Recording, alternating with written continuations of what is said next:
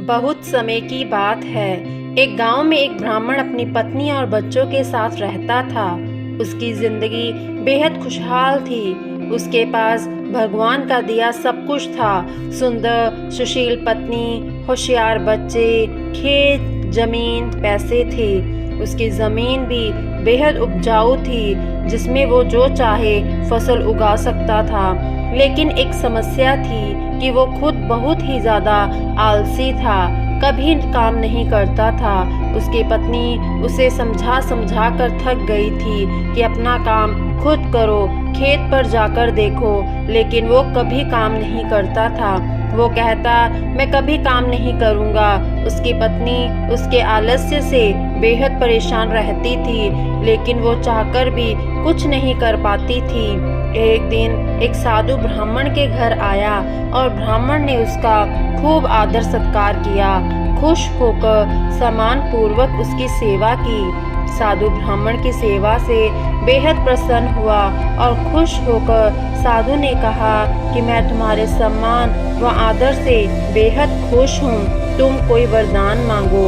ब्राह्मण को तो मुंह मांगी मुराद मिल गई। उसने कहा, बाबा, कोई ऐसा वरदान दो कि मुझे खुद कभी कोई काम न करना पड़े।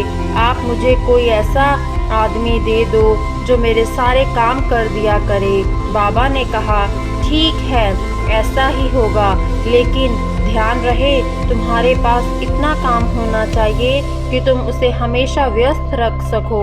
यह कहकर बाबा चले गए और एक बड़ा सा राक्षसनुमा जिन प्रकट हुआ। वो कहने लगा, मालिक, मुझे काम दो, मुझे काम चाहिए। ब्राह्मण उसे देखकर पहले तो थोड़ा डर गया और सोचने लगा। तभी जिन बोला, जल्दी काम दो, वरना मैं तुम्हें खा जाऊंगा। ब्राह्मण ने कहा, जाओ और जाकर खेत में पानी डालो। यह सुनकर जिन तुरंत गायब हो गया और ब्राह्मण ने राहत की सांस ली और अपनी पत्नी से पानी मांगकर पीने लगा। लेकिन जिन कुछ ही देर में वापस आ गया और बोला, सारा काम हो गया, अब और काम दो। ब्राह्मण घबरा गया और बोला कि अब तो तुम आराम करो, बाकी काम कल करना।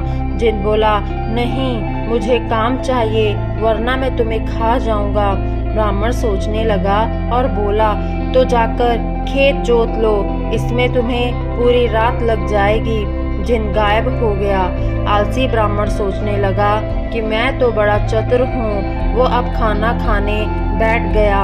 वो अपनी पत्नी से बोला, अब मुझे कोई काम नहीं करना पड़ेगा, अब तो जिंदगी भर का आराम हो गया।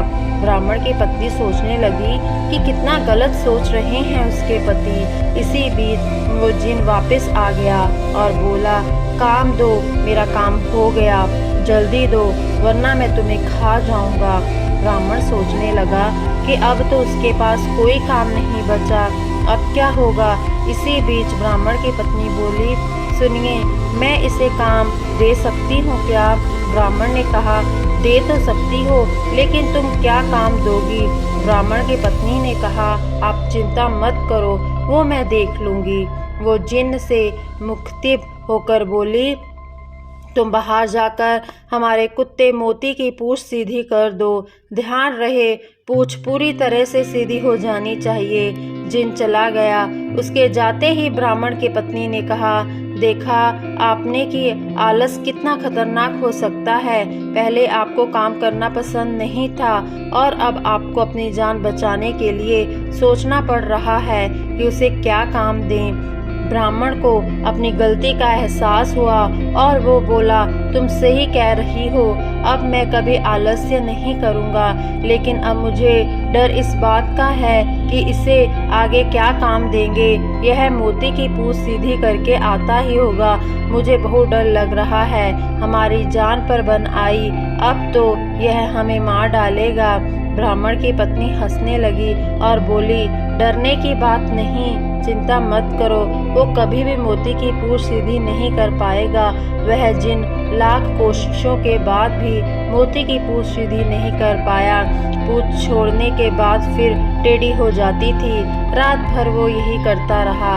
ब्राह्मण की पत्नी ने कहा, अब आप मुझसे वादा करो कि कभी आलस नहीं करोगे और अपना काम खुद करोगे। ब्राह्मण ने पत्नी से वादा किया और दोनों चैन से सो गए। अगली सुबह ब्राह्मण खेत जाने के लिए घर से निकला तो देखो, जिन मोती की पूंछ ही सीधी कर रहा था। उसने जिन को छेड़ते हुए पूछा, क्या हुआ, अब तक काम पूरा नहीं हुआ क्या? जल्दी करो, मेरे पास तुम्हारे लिए और भी काम है। जिन बोला, मालिक मैं जल्द ही काम पूरा कर लूँगा।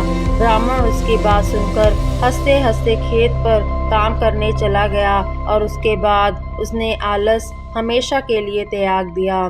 सीख: आलस्य ही मनुष्य का सबसे बड़ा दुश्मन है। अपनी मदद आप करने से ही कामयाबी मिलती है और आलस करने से जिंदगी में बड़ी मुसीबतें आ सकती हैं।